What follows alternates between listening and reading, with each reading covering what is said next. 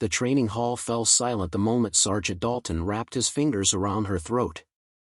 He was demonstrating combat technique to 220 recruits, using her as the example because she was small, because she was quiet, because she looked like she'd break. What happened next would be replayed in mess halls and briefing rooms for years to come. The sound his hand made, cracking like dry kindling, echoed off the gymnasium walls. Irene Hill didn't flinch. She didn't even blink. She just stood there, watching him realize that grabbing a woman who'd spent 5 years training with Special Forces instructors in 3 different countries was the worst decision he'd ever make. Before we continue, let us know where you're watching from. If you're enjoying this, don't miss out, subscribe now for more. The spring sun filtered through the tall windows of Riverside Military Academy, casting long rectangles of light across the polished gymnasium floor. Irene Hill stood in formation with 43 other recruits, her posture perfect, her expression neutral, her presence somehow both visible and invisible at the same time. At 22 years old, she stood 5 feet 4 inches tall and weighed 118 pounds. Her auburn hair was pulled back in a regulation bun, and her uniform hung on her frame in a way that suggested she'd borrowed it from someone larger. To the instructors walking past, she looked like someone who'd gotten lost on the way to administrative services. This was her 3rd week at Riverside, one of the most prestigious military training facilities in Europe. She'd scored in the top percentile on every written examination, had perfect marks in protocol and procedure, and could disassemble and reassemble a standard service rifle faster than anyone in her cohort. None of that seemed to matter. "Hill!" Sergeant Dalton's voice cut across the gymnasium like a whip crack. "Front and center." Irene stepped forward, her boots making sharp sounds on the polished floor. Dalton was a mountain of a man, 6'3" and built like he'd been carved from granite. He had 20 years of service under his belt, a chest full of commendations, and a reputation for breaking recruits who couldn't meet his standards. "You're on demonstration duty today," Dalton announced, his voice loud enough to carry to every corner of the hall. "Since you're so small, you'll make a perfect example for defensive tactics." There was scattered laughter from some of the other recruits.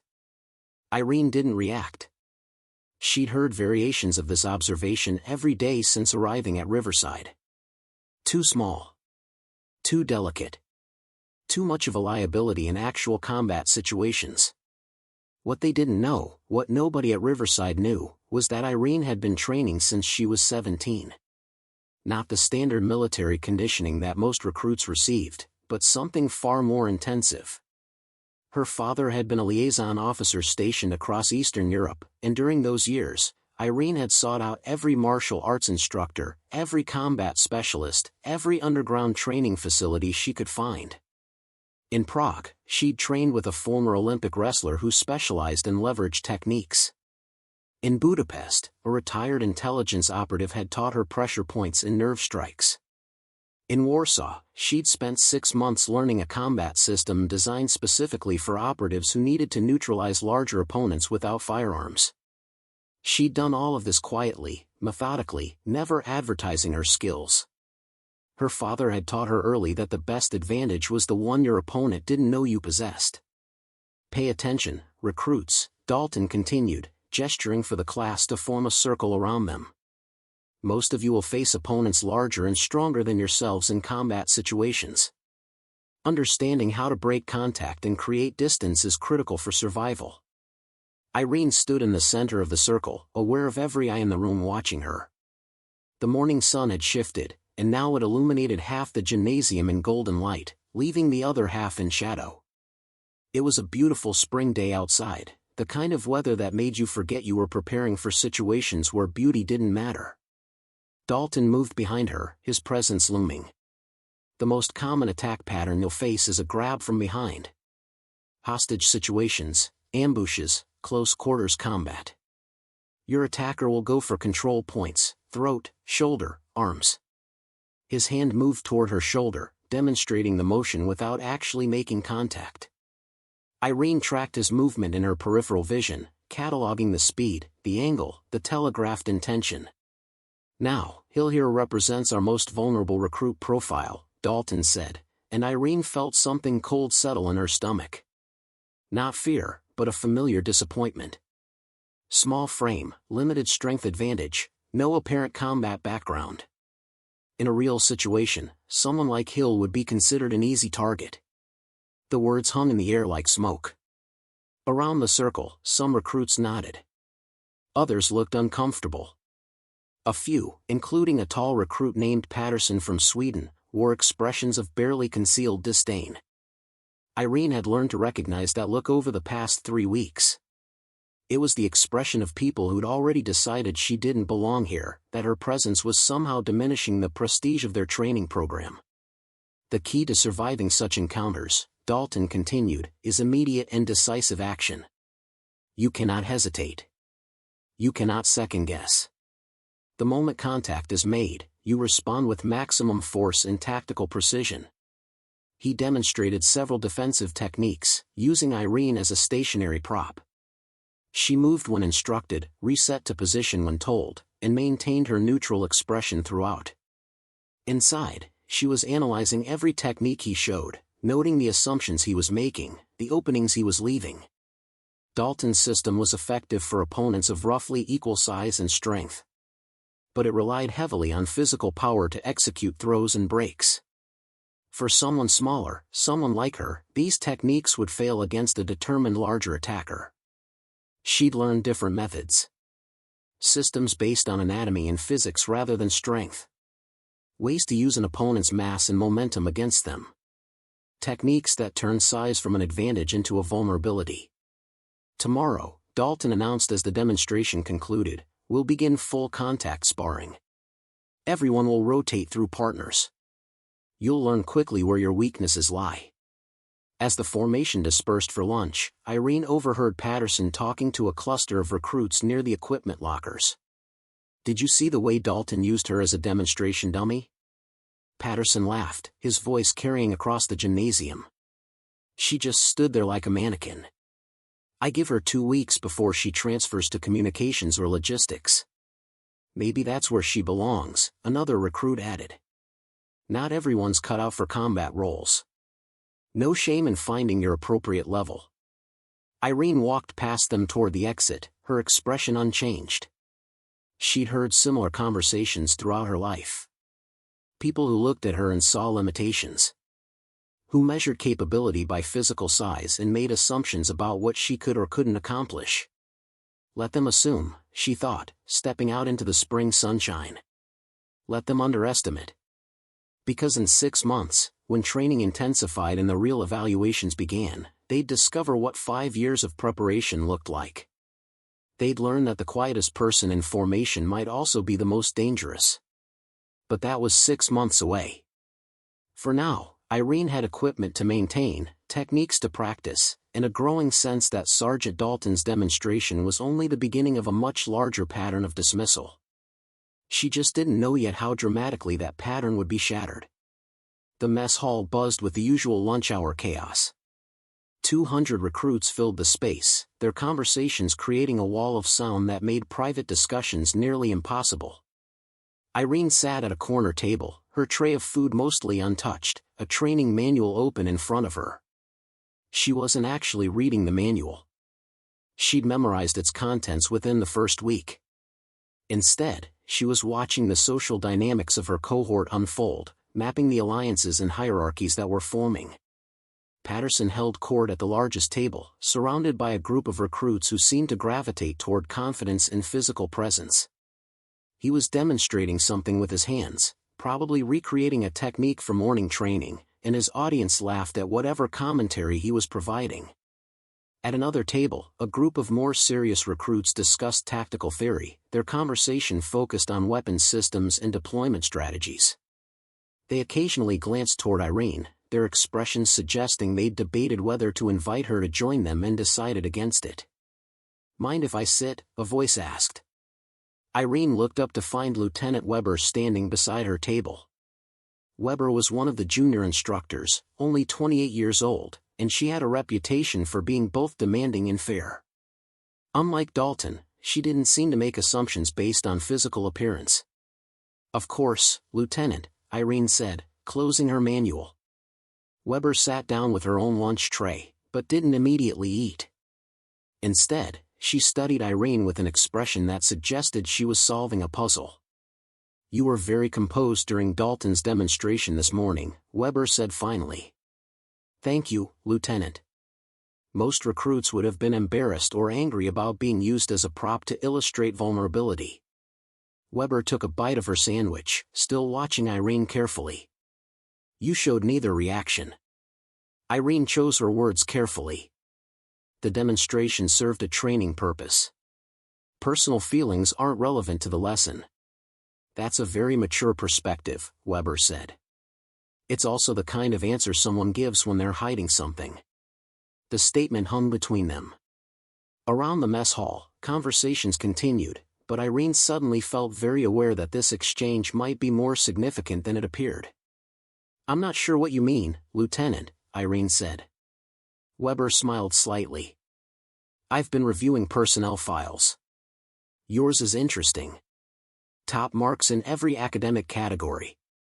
Perfect physical fitness scores. Exemplary performance in every individual drill. But you requested to be placed in this training cohort rather than the accelerated program." "I wanted to experience the standard training pipeline," Irene replied, which was true but not the whole truth. "Or," Weber suggested, "you wanted to observe without drawing attention. You wanted to see how the system works before revealing what you're actually capable of." Irene met the lieutenant's gaze directly. "Is there something wrong with thorough preparation?" "Not at all," Weber said. "In fact, it's exactly what I'd expect from someone with your background. Your father was Daniel Hill, wasn't he? The liaison officer who worked with special operations units across 3 continents?" Irene felt something shift in her chest. Very few people at Riverside knew about her father. She deliberately left that information off her application, wanting to succeed or fail based on her own merits rather than family connections. "He was," Irene admitted quietly. "I served with him briefly in Kosovo," Weber said. "He was one of the most tactically brilliant officers I ever met. He also had a habit of preparing for situations that others considered unlikely or impossible. He believed in being ready for anything," Irene said, and felt the familiar ache that came with talking about her father. "He died 2 years ago, and she still wasn't used to referring to him in the past tense." Weber nodded slowly. "I'm going to give you some advice, Hill. Not as your instructor, but as someone who once knew your father. This facility has a culture problem. Dalton isn't the only instructor who makes assumptions about capability based on appearance. You're going to face increasing pressure to prove yourself, and some of that pressure will come in forms that aren't fair or appropriate." "I can handle pressure, Lieutenant," Irene said. "I believe you can," Weber replied. "But handling it quietly and handling it effectively are 2 different things. Sometimes the best way to change a broken system is to break it back in a way that can't be ignored." Before Irene could respond, an announcement crackled over the mess hall speakers. "All recruits report to the main gymnasium at 1300 hours for combat readiness assessment. Full gear required. This is a mandatory formation." The mess hall erupted in speculation. Combat readiness assessments usually didn't happen until the 6th week of training. The fact that they were being moved up suggested something had changed in the training schedule. Weber stood, collecting her tray. "Whatever happens this afternoon, Hill, remember that your father taught you to be ready for anything. That includes being ready to show people who you really are." As the lieutenant walked away, Irene sat alone at her corner table, processing the conversation. She'd spent 3 weeks being invisible, observing, preparing, waiting for the right moment to demonstrate her capabilities. But Weber's words suggested that waiting might not be the most effective strategy.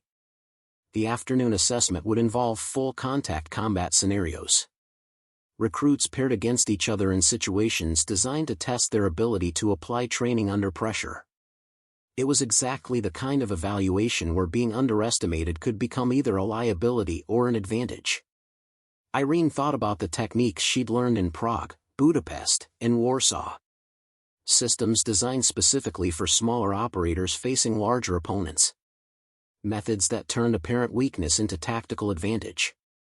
She thought about her father, who'd always told her that the most dangerous opponent was the one who appeared harmless until the moment they struck. And she thought about Dalton, who'd spent the morning using her as an example of vulnerability in front of 43 recruits who now believed she was someone who needed protecting rather than someone who could protect herself. At 1300 hours, when the gymnasium filled with 220 recruits, instructors, and observers, something was going to change. Irene just wasn't sure yet exactly what form that change would take. She cleaned her tray, gathered her training manual, and walked out into the spring sunshine. The weather was perfect, the kind of day where anything seemed possible. In 3 hours, that possibility would become reality in ways that nobody at Riverside Military Academy was prepared for. Sergeant Dalton least of all. We've invested considerable effort in bringing you this story. If you find it engaging, please consider subscribing to our channel. Your support is greatly appreciated. Now, let's return to the narrative. The gymnasium at 1300 hours was transformed. The polished floor had been covered with training mats arranged in 6 large squares, each one a designated combat zone. Around the perimeter, benches had been set up for waiting recruits and observation stations for senior instructors. The spring sunlight streaming through the windows gave the space an almost theatrical quality, as if the afternoon's events were meant to be witnessed. Irene arrived early and found a position along the western wall where she could observe the entire space. Other recruits filtered in gradually, their conversations a mix of nervous excitement and competitive bravado. Patterson entered with his usual entourage, already discussing strategy and predictions about who would dominate the assessments. At precisely 1300 hours, Sergeant Dalton strode to the center of the gymnasium, accompanied by Lieutenant Weber and 3 other senior instructors. Behind them came additional officers, more than Irene had expected for a standard assessment. She counted 22 instructors and observers in total, plus the 198 recruits from various training cohorts. 220 people, all gathered to witness combat evaluations. Listen up, Dalton's voice boomed across the space. Today's assessment is simple. Each of you will face 3 opponents in successive rounds. No predetermined techniques, no scripted responses. This is free-form combat with 3 rules: no strikes to the eyes, no strikes to the groin, and you stop when I say stop. Your performance here will determine your combat readiness classification for advanced training. A murmur rippled through the assembled recruits. Combat readiness classifications were crucial. They determined which specializations you'd qualify for, which units might recruit you, whether you'd be considered for elite programs or relegated to support roles. Pairing assignments are based on size and weight categories, Dalton continued, consulting a tablet. We'll proceed through 5 weight classes, starting with the lightest recruits and moving up to the heaviest. Irene felt something cold settle in her stomach. Size-based pairing meant she'd be matched against other small recruits first, then likely moved up to face progressively larger opponents if she performed well. It was a system designed to create fair matchups, but it also meant she'd have to reveal her capabilities gradually rather than all at once. The first matches began on the 6 mats simultaneously. Irene watched carefully, analyzing techniques and noting patterns. Most recruits defaulted to the standard defensive systems Dalton had been teaching, relying on strength and aggression to overwhelm their opponents. The matches were brief and decisive, usually ending within 90 seconds. Hill. Dalton's voice cut through the gymnasium noise. You're on mat 3. Your opponent is recruit Castellano. Irene walked to the designated mat, aware of every eye following her movement. Castellano was perhaps 5'6", stocky and muscular, with the build of someone who'd spent years in physical labor. He had 30 pounds on Irene easily, and his confident stance suggested he expected a quick victory. They touched gloves as required, and Dalton gave the signal to begin. Castellano came forward immediately, attempting to use his size advantage to push Irene backward. She moved laterally instead, refusing to commit to a direct power exchange. He adjusted, reaching for her shoulder, trying to establish a controlling grip. Irene allowed the contact, then used it. In Prague, her wrestling instructor had taught her that every grip was a gift, a direct connection to your opponent's balance and structure. The moment Castellano's hand closed on her shoulder, she turned her entire body, using his own pull to generate rotation, and suddenly he was stumbling forward, off balance. She didn't throw him, didn't try to use force. She simply moved to where his momentum was already carrying him, added a precise pressure to his elbow joint, and guided him face first toward the mat. The entire exchange took 3 seconds. Castellano hit the mat with a surprised grunt. Dalton called the match, and Irene stepped back, offering her hand to help Castellano up. He took it, looking confused about what had just happened. Around the gymnasium, the conversations had shifted.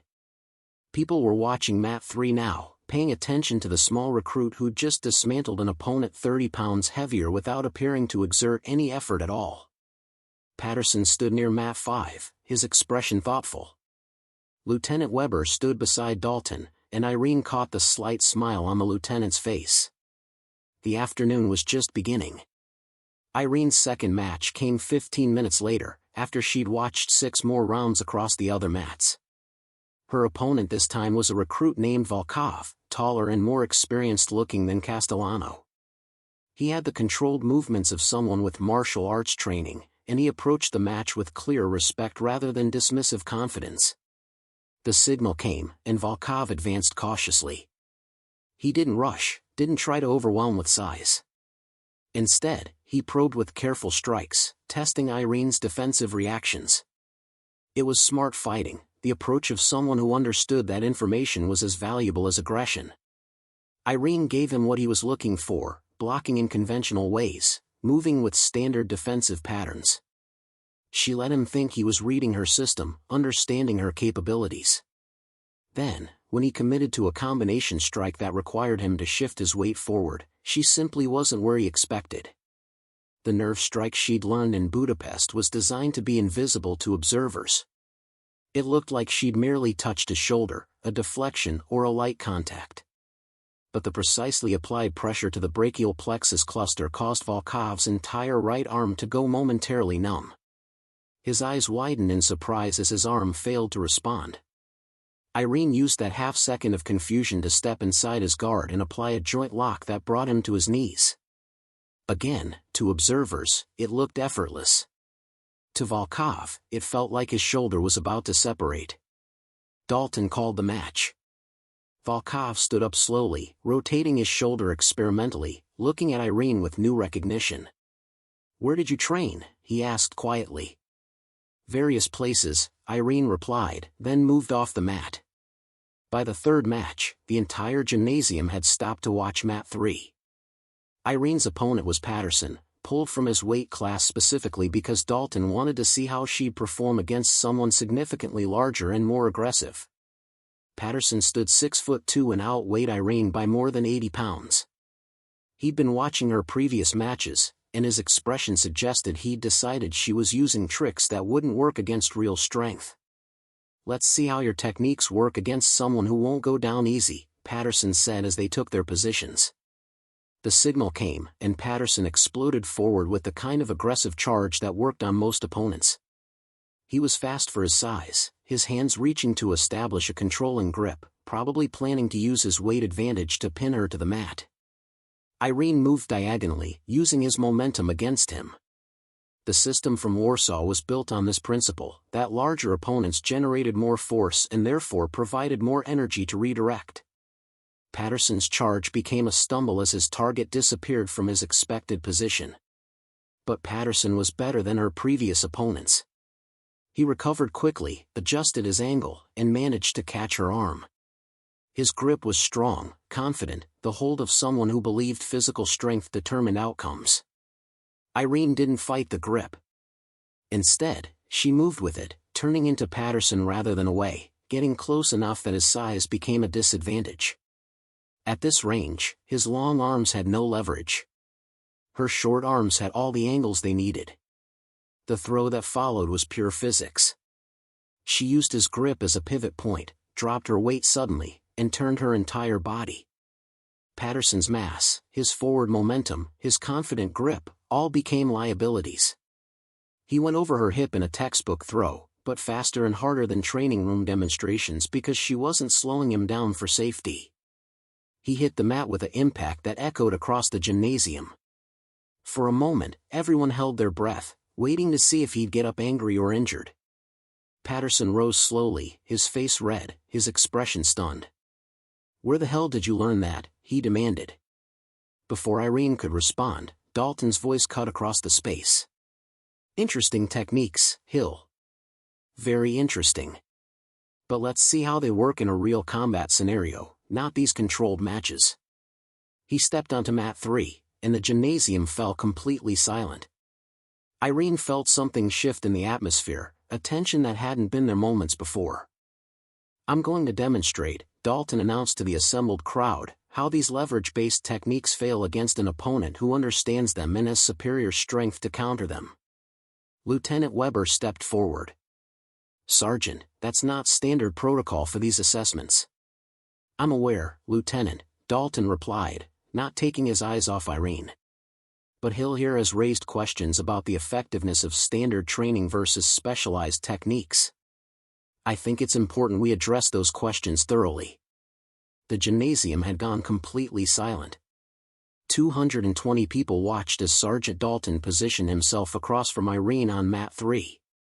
The spring sunlight streaming through the windows cast sharp shadows across the training space, making the moment feel staged, theatrical, as if history was deliberately choosing this exact setting.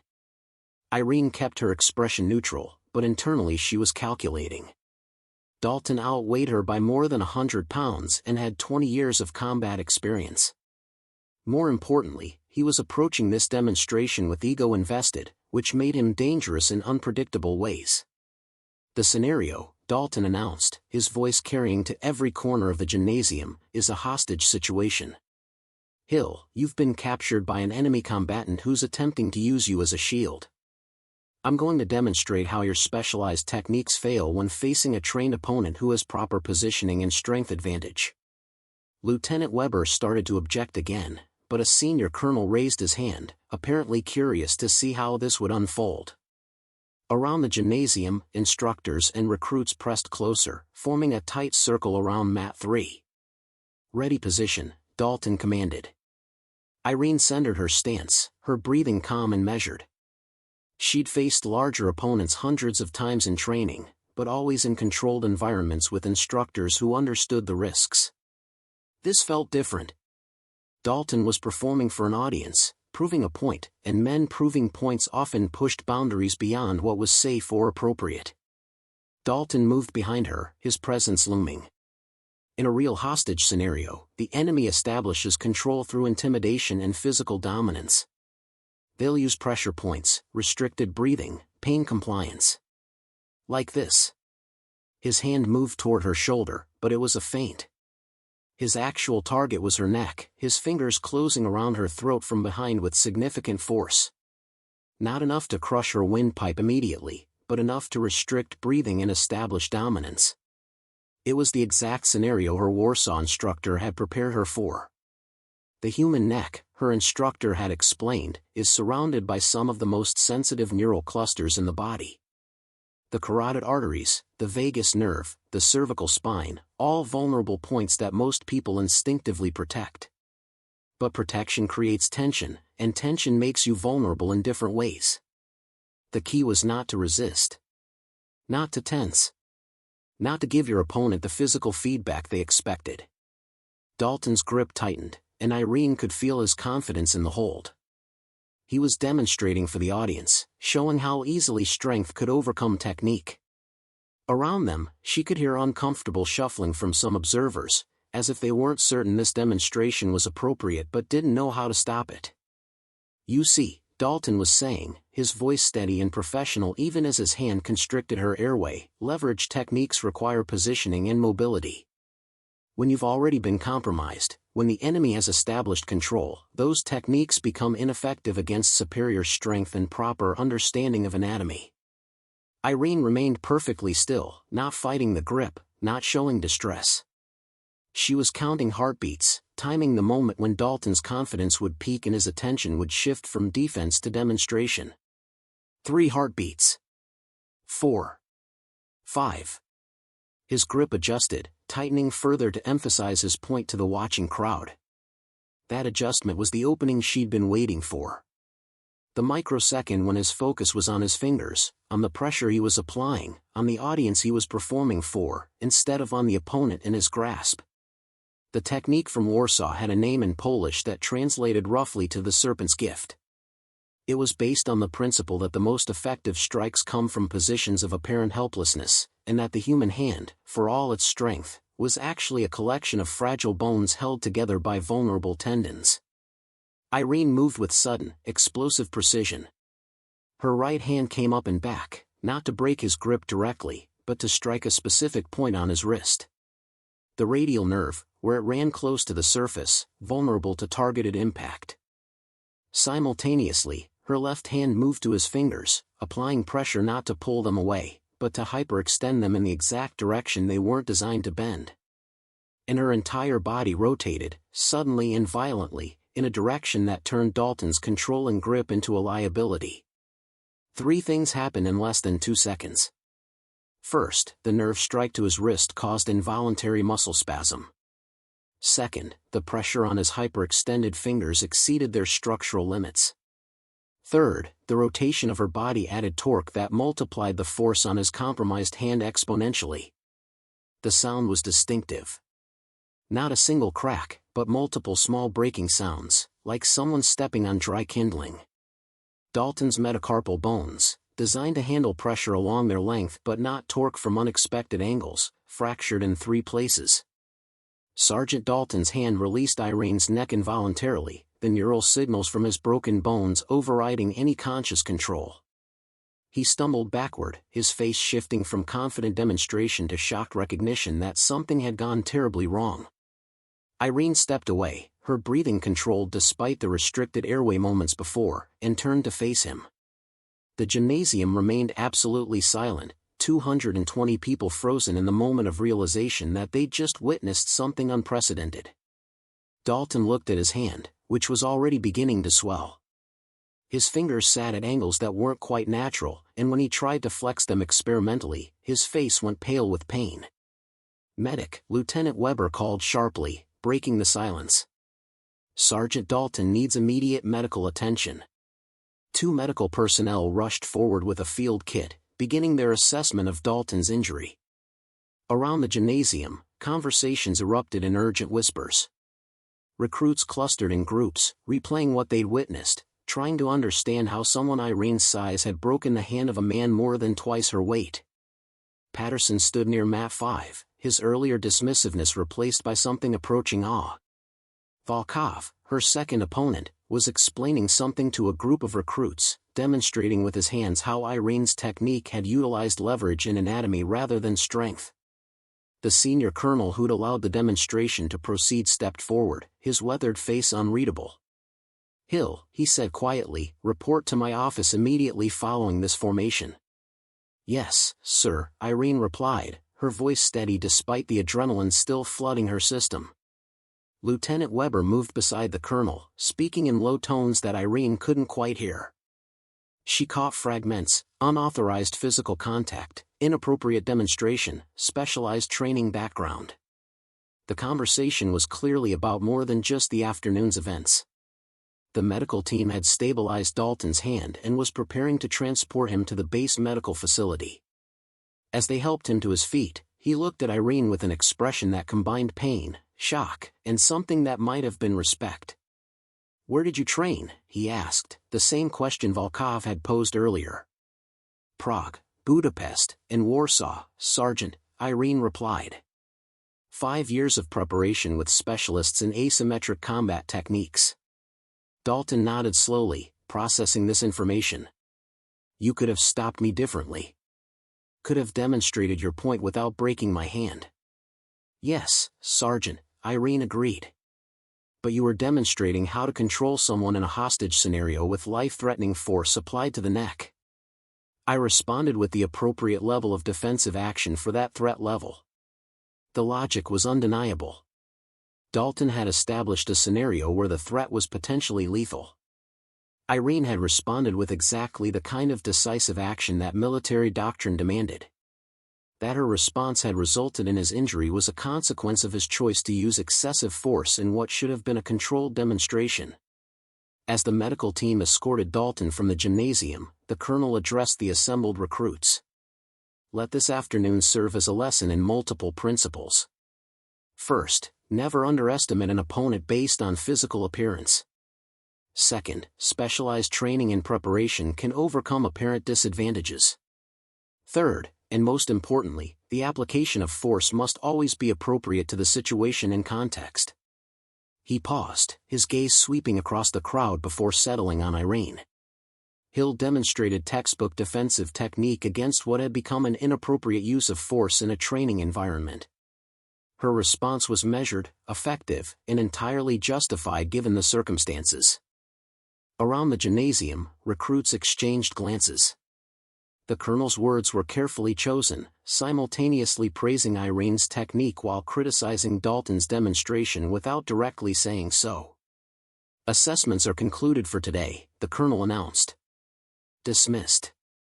As the formation broke apart, Irene found herself surrounded by recruits asking questions, requesting demonstrations, wanting to understand how she'd accomplished what they'd witnessed. Patterson pushed through the crowd, his earlier arrogance completely gone. I owe you an apology, he said directly. I made assumptions based on size and appearance. That was ignorant and disrespectful. Apology accepted, Irene replied, appreciating the directness. Lieutenant Weber appeared beside her, gently extracting her from the growing crowd. The colonel wants to see you now, Hill. I'll walk you to his office. As they crossed the campus in the afternoon sunshine, Weber spoke quietly. What happened in there was both the best and worst possible outcome. You proved your capabilities beyond any doubt, but you also injured a senior instructor in front of 200 witnesses. I defended myself against inappropriate force, Lieutenant, Irene said. I know, Weber replied. And that's exactly what you'll tell the colonel. But understand that you've just changed the trajectory of your time at Riverside. You're no longer invisible. You're no longer underestimated. Every eye is going to be on you now, watching to see if today was technique or luck, skill or aberration. They reached the administration building, and Weber paused at the entrance. Your father would have been proud of you today. Not because you broke Dalton's hand, but because you stood your ground when someone tried to make you an example of weakness. The colonel's office was sparse and functional, walls lined with commendations and photographs from various deployments. Colonel Henrik Voss sat behind his desk, a man in his late 50s whose weathered face suggested he'd seen combat in places most people couldn't find on a map. Lieutenant Weber stood beside Irene as Voss reviewed a file on his computer screen. Irene Hill, Voss said finally, looking up. Daughter of Daniel Hill, liaison officer with Special Operations Command. 5 years of independent training across Eastern Europe with specialists in asymmetric combat. Top marks in every academic category. Perfect physical fitness scores. And now, responsible for sending Sergeant Dalton to the hospital with a shattered hand. Sir, I responded to what I perceived as a threat using appropriate defensive techniques, Irene said, her voice steady. I'm aware, Voss replied. I watched the entire incident. Dalton exceeded appropriate boundaries for a training demonstration. His grip on your throat constituted assault under military code, regardless of his stated pedagogical intentions. Irene remained silent, uncertain where this conversation was leading. Voss leaned back in his chair, studying her with eyes that missed nothing. What Dalton did was wrong. What you did was justified. But justification doesn't eliminate consequences, Hill. There are 22 instructors who witnessed you break a superior officer's hand. There are 198 recruits who watched it happen. That kind of incident creates ripples. I understand, sir. I don't think you do, Voss said, not unkindly. For 3 weeks, you've been invisible at this facility. You performed adequately, didn't draw attention, blended into the background. As of this afternoon, that invisibility is permanently gone. Every instructor will wonder if you pose a threat. Every recruit will either want to test themselves against you or avoid you entirely. You've become notorious. Lieutenant Weber spoke for the first time.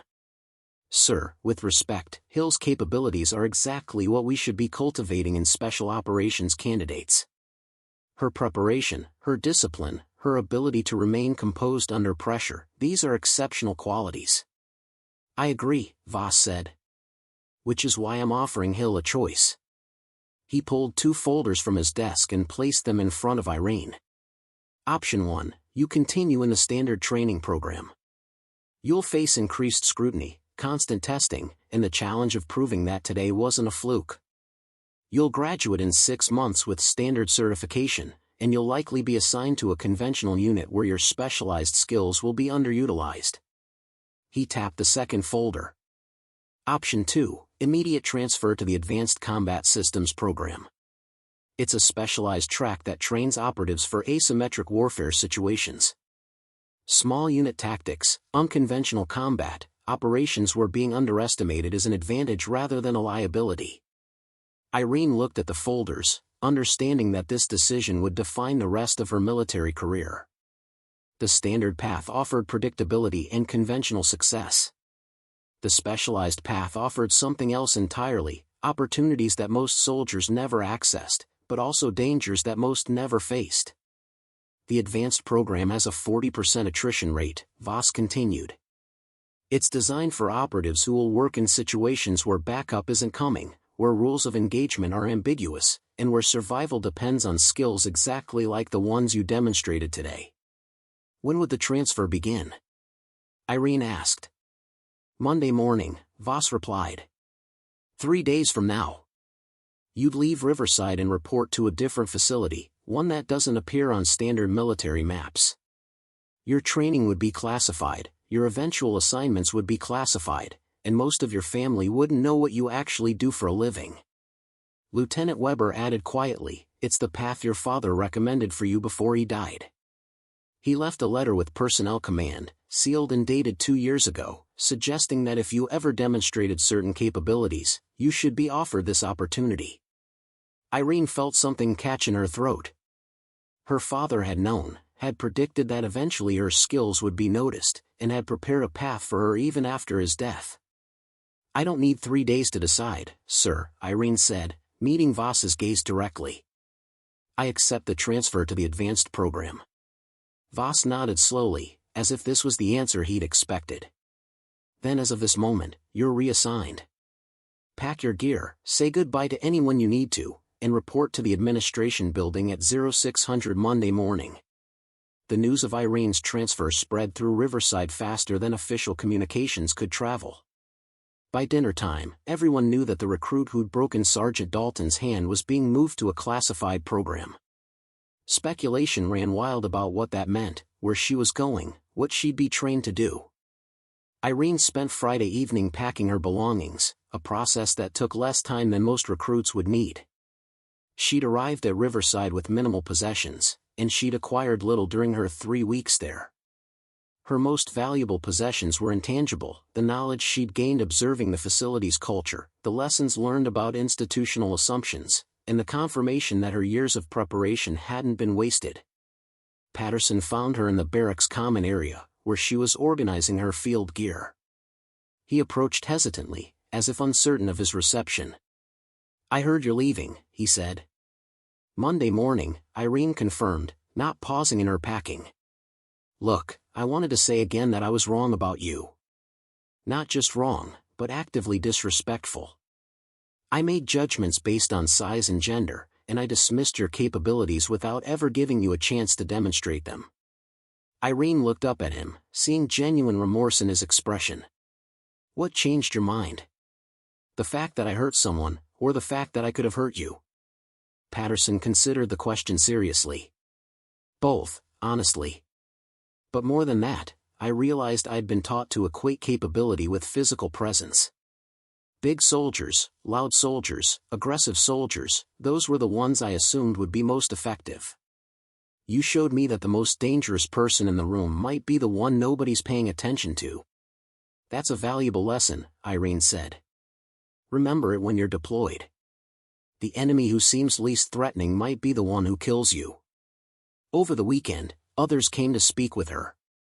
Volkov, her second opponent, asked detailed questions about her training methodology. Castellano admitted he'd spent the last 2 days researching leverage-based combat systems. Even recruits she'd never spoken to approached with questions, requests for advice, or simple acknowledgments that they'd underestimated her. Lieutenant Weber found her Saturday afternoon in the training facility, where Irene was completing a final equipment inventory. The lieutenant carried a package wrapped in plain paper. "Your father asked me to give you this if you ever made it to the advanced program," Weber said, handing over the package.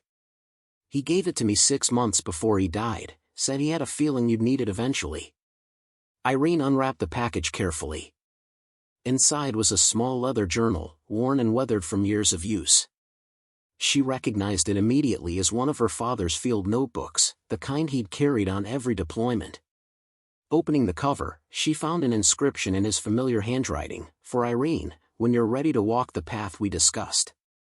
Remember that strength isn't about size, it's about refusing to accept limitations others place on you.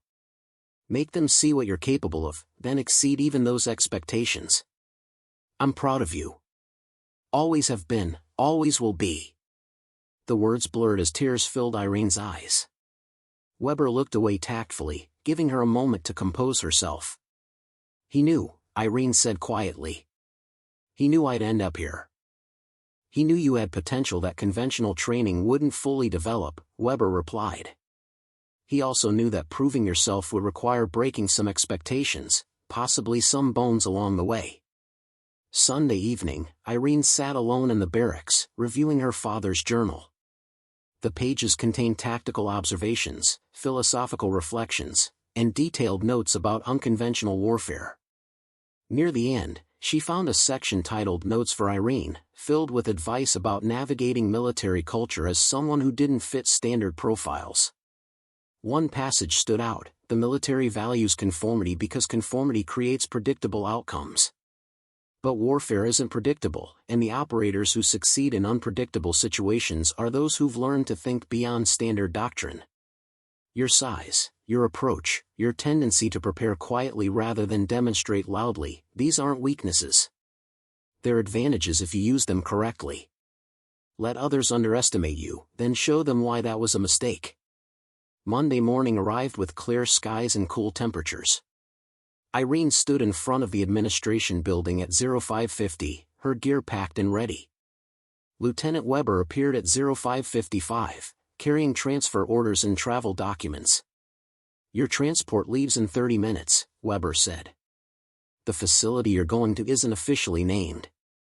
You'll know it as Training Site 7. What happens there stays there." "Understood, Lieutenant." Weber extended her hand. "Your father would be proud, Hill." "I'm proud. Show them what preparation and determination look like." Training Site 7 existed in a category beyond conventional military facilities. Located in a remote valley surrounded by mountains that discouraged casual observation, it served as a development center for operatives who would work in situations where standard military doctrine didn't apply. The facility had no signs, no official designation, and appeared on maps as restricted forestry land. Irene arrived on a Monday afternoon to find a campus that looked more like a corporate retreat than a military base. Low buildings nestled among trees, training areas disguised as natural terrain, and an atmosphere of quiet intensity that suggested serious work happened here without need for parade ground formality. Her orientation was conducted by Major Petrov, a compact woman in her 40s who moved with the controlled grace of someone who'd spent years perfecting economical motion. Petrov's introduction was characteristically direct. "You're here because you demonstrated capabilities we need and an approach we value. Size-neutral combat systems, strategic patience, and the ability to appear unthreatening until the moment you strike. Those skills are valuable for specific mission profiles that conventional soldiers can't fill." The training cohort at Site 7 consisted of 12 operatives, each selected for attributes that made them unsuitable for standard military roles but perfect for specialized operations. There was Dmitri, a languages specialist who could pass as a native speaker in 7 different countries. Kenji, whose slight build and unassuming appearance concealed expertise in infiltration techniques. And Nadia, a communications expert who'd spent 3 years embedded in civilian roles before being recruited for advanced training. Unlike Riverside, where training focused on creating uniformity, Site 7 emphasized individual excellence. Each operative developed personalized skill sets based on their unique attributes and the mission profiles they'd eventually fill. Irene's training program built on her existing foundation. The Prague techniques were refined through exposure to additional wrestling systems. The Budapest nerve strike methodology expanded to include more complex anatomical targets. The Warsaw leverage systems were integrated with psychological manipulation techniques designed to make opponents underestimate her until too late. But the most valuable training came in areas she hadn't previously studied. Surveillance detection, deep cover protocols, crisis decision-making under ambiguous rules of engagement. She learned to operate in environments where backup wasn't available and mistakes couldn't be corrected by superior firepower. 3 months into the program, Major Petrov called Irene to her office for a progress evaluation. The meeting felt different from the disciplinary discussions at Riverside. Petrov treated her as a developing professional rather than a subordinate requiring correction. "You're performing exceptionally," Petrov began, reviewing assessment reports. "Your technical skills are advancing rapidly, and your tactical judgment is consistently sound. But there's a concern I need to address." Irene waited, uncertain what criticism might be coming. "You're still operating as if you need to prove yourself," Petrov continued. "The incident at Riverside, breaking Dalton's hand, it established your capabilities publicly. But you're continuing to approach training as if people are waiting for you to fail." "Old habits," Irene admitted. "Understandable habits," Petrov agreed. "But limiting ones. The operators we develop here need confidence that comes from internal certainty, not external validation. You've spent years proving to others that you're capable. Now you need to internalize that proof and operate from a position of established competence." The observation was uncomfortably accurate. Irene realized she'd been seeking approval even in environments where her capabilities were already acknowledged. "How do I change that?" she asked. "By accepting that you've already proven what you needed to prove," Petrov replied. "The question now isn't whether you're capable. It's how you'll use those capabilities in service of larger objectives." That evening, Irene sat in the facility's observation area, a quiet space overlooking the valley where operatives went to think. She opened her father's journal, rereading the passages about moving beyond the need for external validation. Another operative, Dmitri, joined her on the observation deck. "Petrov had the same conversation with me 6 weeks ago," he said. "About operating from certainty rather than seeking approval." "How did you change it?" Irene asked. "By realizing that the people who matter already know what I'm capable of. The ones who don't know either haven't seen me work or aren't worth convincing." He smiled slightly. "Word got back here about what happened at Riverside. Breaking that sergeant's hand in front of 200 witnesses. That story's become legendary in certain circles." "It wasn't meant to be legendary," Irene said. "It was just defense." "Exactly," Dmitri replied. "You didn't do it for effect. You did it because the situation required it. That's what makes it significant." 6 months after arriving at Training Site 7, Irene completed her final evaluation. The assessment took place over 72 hours and involved scenarios designed to test every skill she developed. Surveillance detection in urban environments. Combat effectiveness against multiple opponents. Decision-making under psychological pressure. Crisis management with incomplete information. She performed flawlessly, not because she was trying to prove anything, but because the training had become integrated into her fundamental operating system. The techniques weren't something she applied consciously anymore. They were simply how she moved through the world. Major Petrov delivered the final assessment in her office, with Colonel Voss participating via secure video link. Both officers wore expressions of satisfaction. Hill, you've completed the advanced program with distinction, Petrov announced. Your technical skills are exceptional, your tactical judgment is sound, and you've demonstrated the psychological resilience necessary for deep cover operations. Thank you, Major, Irene replied. Voss spoke from the video screen. More importantly, you've internalized the lesson we were hoping you'd learn. You're no longer operating from a position of needing to prove yourself. You're operating from established competence, which is what we need in the field. Your first assignment, Petrov continued, sliding a sealed envelope across her desk, involves diplomatic security at a European embassy.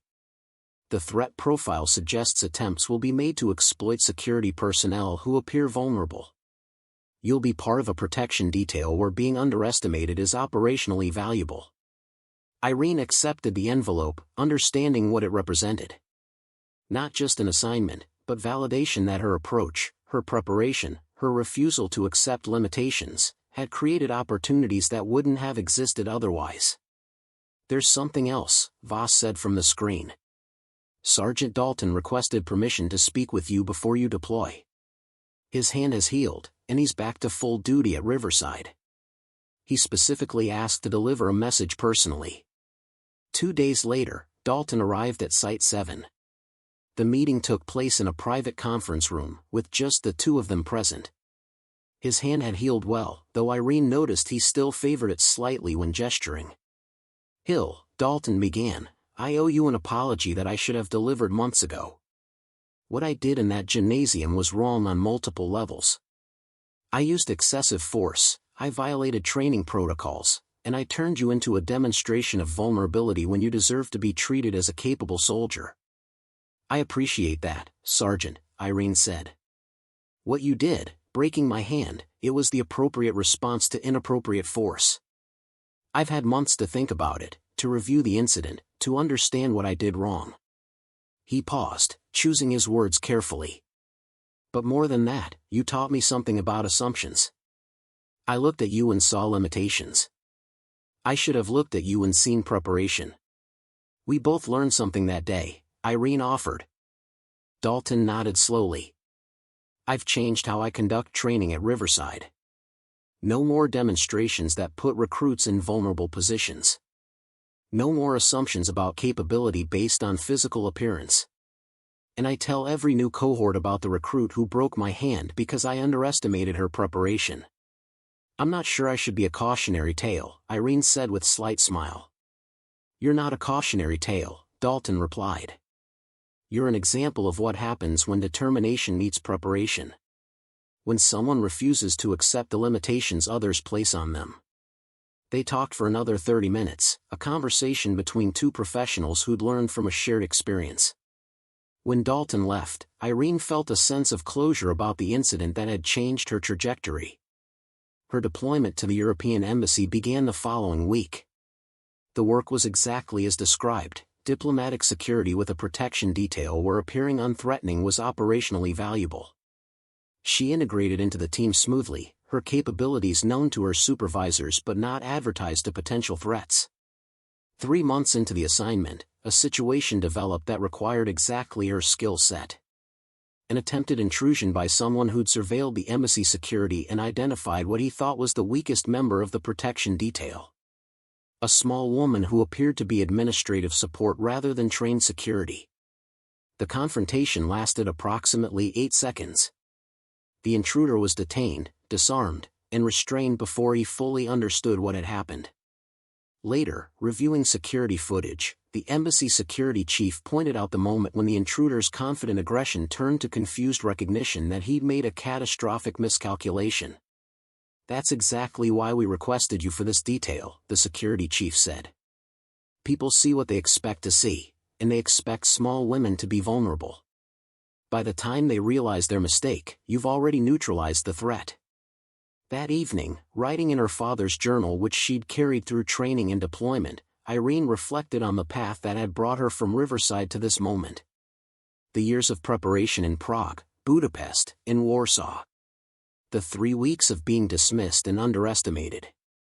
The afternoon when everything changed in front of 220 witnesses. The transformation from invisible logistics specialist to advanced operations specialist. She wrote, "Strength isn't about matching others' expectations. It's about exceeding them in ways they never anticipated. Size doesn't determine capability. Preparation does. Determination does. Refusing to accept limitations does." Today, someone tried to exploit what he thought was weakness. Instead, he discovered what years of preparation look like. That's the lesson that started at Riverside and continues in every assignment: let them underestimate you. Then show them why that was their biggest mistake. 2 years after the incident at Riverside, Irene received orders that would define the next phase of her career. Major Petrov called her back to Training Site 7 for a briefing that involved classified mission parameters and risk assessments that made diplomatic security seem routine by comparison. "We have a situation," Petrov began, pulling up satellite imagery on the briefing room screen. "A joint task force operation in the Balkans requires embedded operatives who can function in civilian cover while maintaining combat effectiveness. The profile specifically requests someone who presents as non-threatening but can handle crisis situations independently." Irene studied the imagery, recognizing the terrain from her years traveling through Eastern Europe with her father. "What's the specific mission?" "Intelligence gathering in a region where military presence is diplomatically problematic. You'd be operating as a cultural liaison, essentially a translator and administrative coordinator for an international development project. The real objective is monitoring potential terrorist activities and providing threat assessment for coalition forces operating in the area." The assignment lasted 8 months and tested every skill Irene had developed. She worked in villages where strangers were viewed with suspicion, where her small stature and quiet demeanor actually enhanced her cover rather than undermining it. Local residents saw her as harmless, someone who could be spoken around rather than someone who needed to be guarded against. The intelligence she gathered prevented 3 planned attacks and identified a smuggling network that had been operating undetected for years. Her reports were so detailed and actionable that Coalition Command requested her extension twice, eventually keeping her in theater for 14 months instead of the planned 8.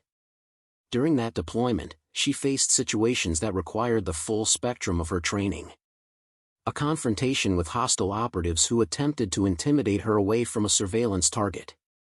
A crisis when local militia members tried to seize control of the development project office.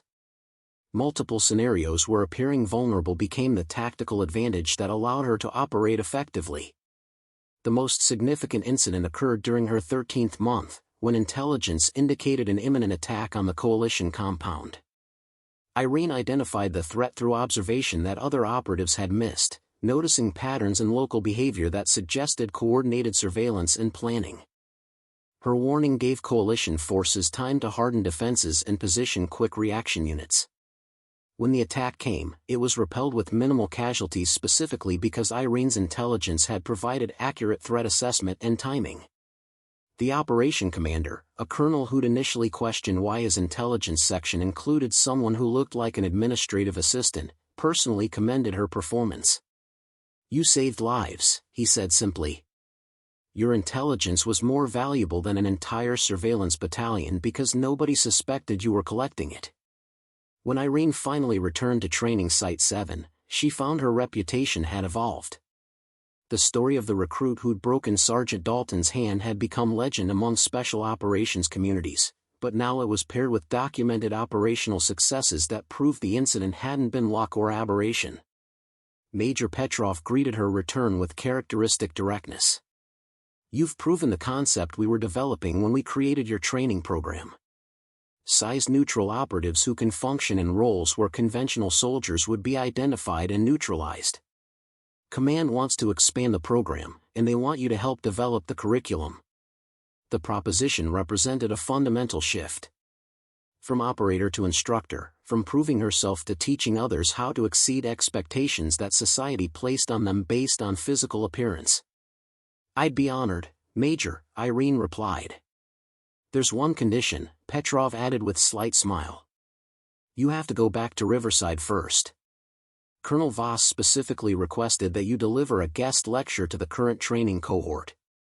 Something about demonstrating that the most important lesson in military service isn't about following doctrine, it's about knowing when to exceed it. 3 weeks later, Irene stood in the same gymnasium where Sergeant Dalton had grabbed her throat 2 years earlier. But this time, she stood at the front of the formation as an instructor, not as a recruit being dismissed and underestimated. The gymnasium at Riverside held 400 recruits from multiple training cohorts, all assembled to hear from an operative whose story had become legendary. Irene stood at the center, aware of every eye watching her, measuring her, trying to reconcile the small woman before them with the reputation that preceded her arrival. Sergeant Dalton, his hand fully healed and his perspective fundamentally changed, stood among the instructors. He'd specifically requested to be present for her lecture, wanting to acknowledge publicly how much he'd learned from their encounter. 2 years ago, Irene began, her voice carrying clearly across the space, I stood in this gymnasium as a recruit who'd been dismissed by almost everyone here. I was too small, too quiet, too apparently vulnerable to be taken seriously for combat roles. An instructor used me as a demonstration of weakness in front of 220 witnesses. She paused, letting the silence build. What that instructor didn't know was that I'd spent 5 years preparing for exactly that kind of dismissal. Training in systems designed for operators who would never win through superior strength. Developing skills that turned apparent weakness into tactical advantage. Learning to be underestimated, then using that underestimation as an operational asset. Around the gymnasium, recruits leaned forward, completely focused. The hand I broke that day wasn't just about defending myself, Irene continued. It was about shattering assumptions that limit potential. Assumptions that size determines capability. That physical strength is the only metric that matters. That people who don't fit standard profiles can't excel in roles requiring combat effectiveness. She gestured to Dalton, who stepped forward. Sergeant Dalton taught me something important that day, though neither of us recognized it at the time. He taught me that the most dangerous limitations aren't the ones others place on you. They're the ones you accept about yourself. Dalton nodded, his expression respectful. And Hill taught me that the most dangerous opponent is the one you've already dismissed. The one you think you understand but haven't actually observed. The one who's been preparing while you've been assuming. For the next hour, Irene detailed her training methodology, her operational experiences, and the principles that had guided her development. She demonstrated techniques that utilized leverage in anatomy rather than strength. She explained how psychological positioning could make opponents telegraph their intentions. She discussed the value of patience, preparation, and refusing to accept limitations others considered absolute. But the most powerful moment came during the question period, when a young recruit, barely 5 feet tall and visibly uncomfortable in her uniform, raised her hand hesitantly. "How do you deal with people who won't take you seriously?" the recruit asked, her voice barely above a whisper. "How do you keep believing in yourself when everyone around you suggests you don't belong?" Irene thought about the afternoon 2 years earlier when everything had changed. The moment Dalton's hand shattered, the silence of 220 witnesses, the recognition that she'd crossed the threshold from dismissed recruit to acknowledged operator. That moment had been building through years of preparation, and its consequences were still rippling outward. She'd proven that size didn't determine strength, that being underestimated could be an advantage, and that the most important battles were fought not against external opponents but against internal acceptance of limitations. Her father's journal, carried through every deployment and training evolution, contained one final entry she'd added that morning: the measure of success isn't proving you belong. It's changing the definition of belonging so that others like you find doors already open. That's what happened at Riverside. One shattered hand, one moment of recognition, and suddenly the impossible became routine. As Irene prepared to leave Riverside for the final time, she paused in the gymnasium doorway. The space where she'd been dismissed, where she'd been underestimated, where she'd shattered assumptions along with Sergeant Dalton's hand. The space that had launched her toward a career that exceeded every expectation except her own. The spring sunshine streaming through the windows reminded her of that afternoon 2 years ago. Beautiful weather, perfect conditions, and a moment that changed everything. Some days, the smallest person in the room turns out to be exactly the right size to make all the difference. Up next, you've got 2 more standout stories right on your screen. If this one hit the mark, you won't want to pass these up. Just click and check them out. And don't forget to subscribe and turn on the notification bell so you don't miss any upload from us.